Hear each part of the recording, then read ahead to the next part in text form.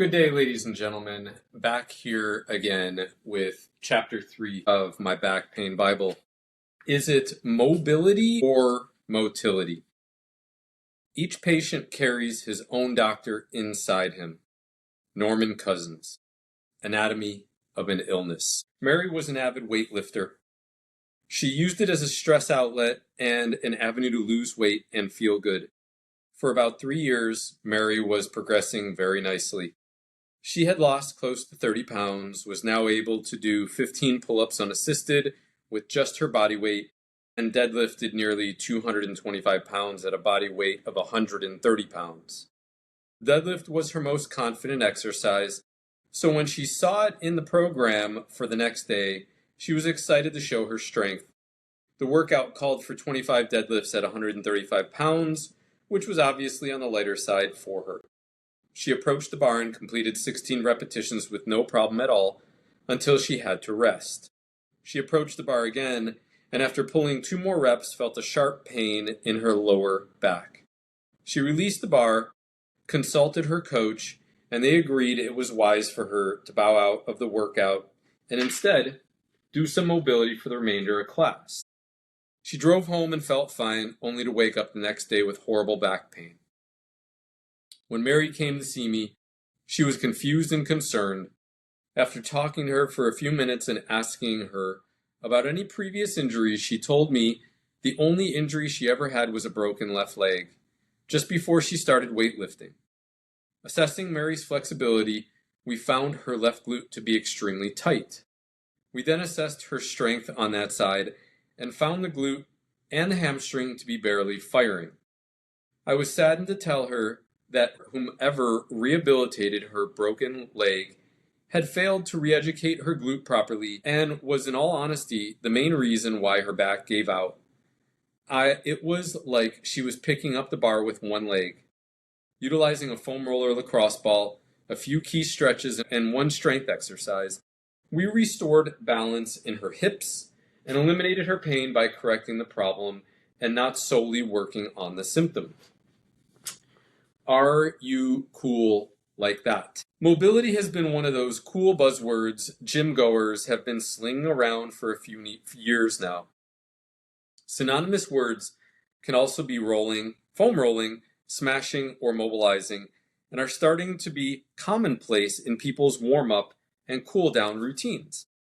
Remember how we just talked about pressure and how it helps take pain away from our muscles? It does this in 2 ways. First, by sending a signal to the brain to tell the muscles to relax, and second, by draining the energy of these tight, angry neurons, single nerve cell. When pressing on adhesions or trigger points, you can sometimes feel the muscle pulsate or vibrate. This is how you know you have the mobility tool in the right place. By draining the neuron of its energy, we get it to give up the constant contraction it is producing, which allows the muscle to return to its normal length, decreasing pain and improving its function. Motility, with a T, is a lesser-known word, and because it is literally one letter removed from mobility, with a B, often gets people confused.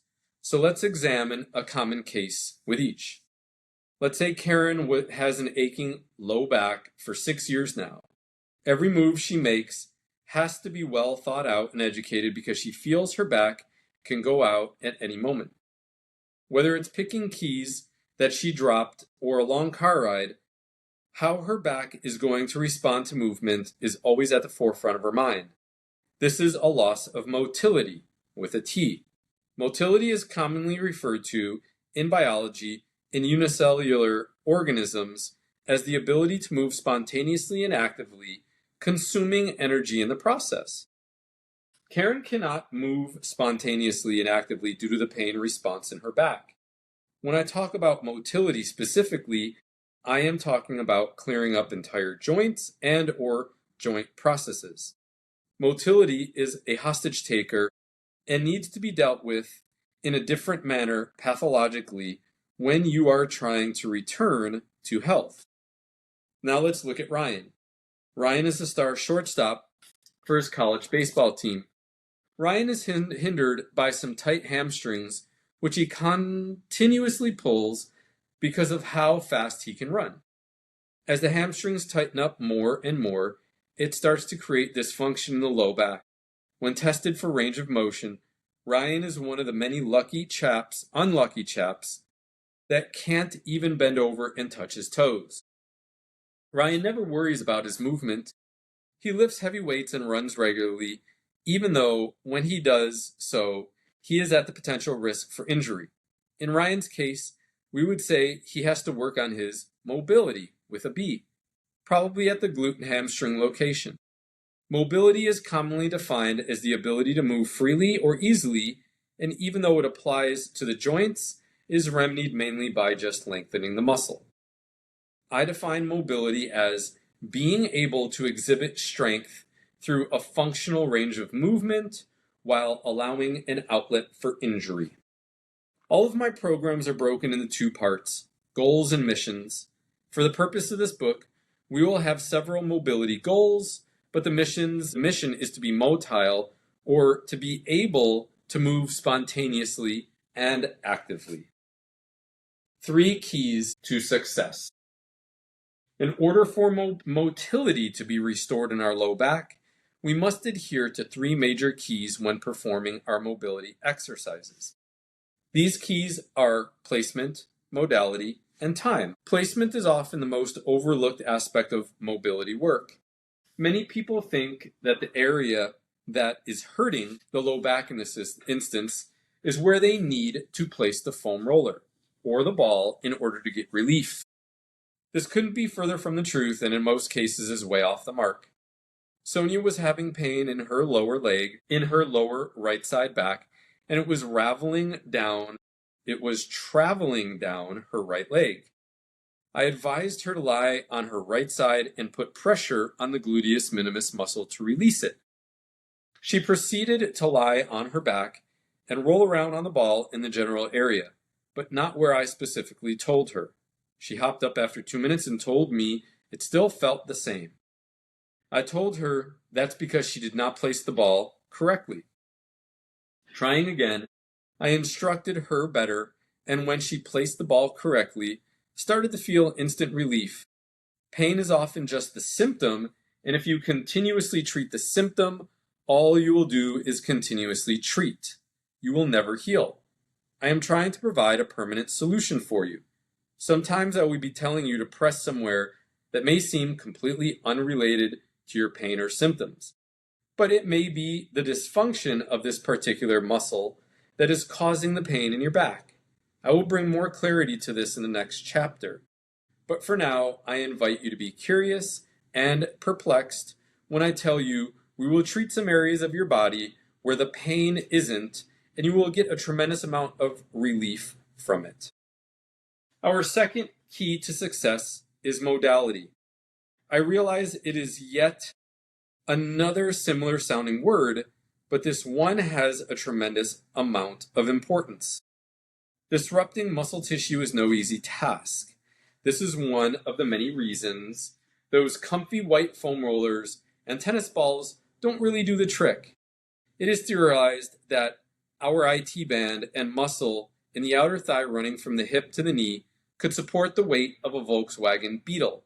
Expecting a major change through the use of a tennis ball is like shooting a BB gun at a tank.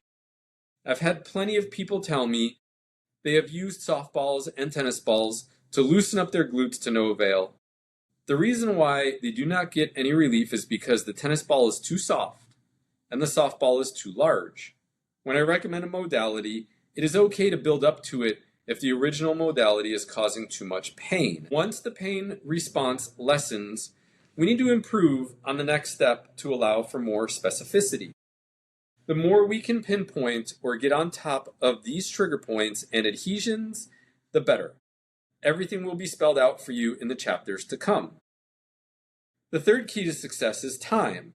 In 2013, an article in the Journal of American Osteopath Association concluded that a minimum of 2 minutes of continuous foam rolling or consistently applied pressure needed to occur in order for the body to produce hyaluronic acid, which is a natural oil that helps lubricate your muscles so they glide better and avoid getting stuck.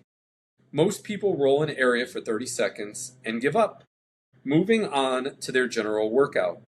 Some people may reach a solid minute if they are not paying attention, but the fact remains that time is another huge key to success. In some instances, I will only require you to roll an area for 3 to 5 minutes, and in others, it may be a full 10 to 12. If 2 minutes is the bare minimum, then we will only achieve the bare minimum results if that is how long we work. I want your results to be extraordinary, and after much experimentation, have found my time recommendations to be both effective and efficient. There you have it. When going through your restorative routine, remember to keep these 3 keys in mind for optimal results. Remember though, everything is scalable. If you can't take direct pressure on a muscle, you can work around it upstream or downstream. If a lacrosse ball isn't tolerable, move to a baseball or a softball. And lastly, if 3 minutes straight of pressure is too much, try 30-second increments, resting for 10 to 20 seconds in between until your recommended time is reached. So super simple here, guys. A lot of the things we've been told about releasing muscle tissue, how to do mobility, it is vastly incorrect. Very incorrect, okay? A lot of times we need harder objects and more time than people are recommending. And that's why in some cases I tell you, you're going to need to do this exercise for 3 to 5 minutes, or you're going to need to do this exercise for 8 minutes, both sides. And a lot of people are like, wow, is that too much time? No, it's not too much time. That is exactly what is called for based off of how thick the muscle tissue is or the problem that we are trying to get rid of. Moving on, the Kaizen Principle. The work you are about to embark on is difficult. This restorative motility program is for anyone, but not for everyone. If you were or are an athlete, you will be used to the discomfort these exercises cause. For those of you who believe all pain is bad, you may find the program to be a bit of a challenge. Like I said earlier, we have to change the way our brain thinks about pain. Not all pain is destructive to the body. As long as you are not producing bruising or levels of discomfort above 8 on your pain scale of 10, it's more than likely the pain you are feeling is not only due to the unhealthy nature of the tissue, but is also an indicator you are in the correct area for its release. It's at times like these that I ask you to be more aware of your body. I realize everyone is looking for the silver bullet or one-stop shop, but the time-tested approach I am going to share with you is built off of what I call the Kaizen Principle. The Kaizen Principle is a Japanese principle of business that states small improvements over time will make a large difference in the nature of your success. It is process-focused rather than results-focused. Focusing on small improvements makes the program easier to implement. Depending on the nature of your pain and how it has developed in your body, you may have to spend more time on some steps than you do on others. You may have to repeat some steps, or you may be able to skip one step altogether.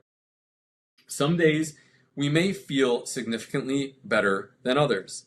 This doesn't mean we stop releasing and re-educating the area. It simply means we achieved a favorable response and continue as planned with the progression. In some instances, you may have a setback. This doesn't mean we are doing anything wrong or that you injured yourself. Oftentimes, the body has to heal in a reverse order, meaning it will get worse before it gets better. All of my clients have gotten significantly better after a setback, and I now condition all of my current clients/athletes to expect them as a part of the healing process. I teach them to view it as a positive occurrence rather than a negative, as the path to health is never a continuously ascending line. We will always move forward in increments. How long will this take? The length of time it takes to heal oneself has many different factors to take into account. The first is how long has the pain been around? If you have been in pain for 1 to 3 months, I find usually 3 to 4 weeks of rolling will provide relief. That doesn't mean you don't have to stretch or do the exercises, but because the pain is fairly new and in the developmental stage, it is easier to reverse. Typically, if any adhesions or trigger points have developed, they are easily disrupted and broken up with my methods. For those who have been in pain for over 3 months but under 8 months, I find 4 to 6 weeks of rolling and stretching consistently will provide tremendous relief. Stretching now becomes necessary because it is likely we have adhesions, which means our muscle tissue is stuck to itself. The myofascial stretching we will do pulls the cross bridges apart and gets the muscle to open up and slide again, restoring its length, decreasing the pain response. Lastly, for those who have been in pain for longer than 8 months, especially surpassing a year, I typically shoot for a 2 to 3 month return to health time. You will have to roll and stretch extensively, be very adamant with a complex of exercises I recommend to re-educate your glutes, hamstrings, and low back. When we operate in this function for such long periods of time, we not only have to break the tissue up and pull it apart, but we also need to teach the muscles how to fire correctly again when we move. The key to all of this is consistency, making sure you never take a day off. Your body will want to resist the changes you are making because you are disrupting the harmony it has created. It has created a balance in an imbalanced state, and now you are trying to reverse that. Every moment you make, your body will want to tighten up what you loosened. By being consistent with this program, your muscles and nerves will restore their natural balance and thus reduce your pain. The next chapter will go into great detail about what that balance actually is. Ask the coach, what makes this different from other approaches? This is a great question and one I truly enjoy answering. There are so many back pain remedies out there, it is extremely easy for the uneducated consumer to get confused. The reason why this approach is different is because I use many different techniques. An acupuncturist, for instance, will use needles to adjust energy meridians in the body. A massage therapist will only try to relax the muscles and not adjust the spine. A chiropractor will primarily adjust the spine, but not really release any tight muscles. What I do with my approach is cover 3 main areas of concern, and that is releasing muscles that are producing pain in the low back or adjacent muscles, stretch those muscles to return them to the normal length so they stop affecting the bone in a negative manner, and then teach the muscles to fire correctly with strength training exercises so the pain does not come back and we truly correct the problem. Or this is otherwise known as smash, stretch, then strengthen. Okay? So that's the end of chapter 3. I hope you enjoyed it. We're going to get to chapter 4 here now in the next episode, where we are going to talk about the intricate marriage between stress and your hip flexors, or what I like to call the first way your back breaks.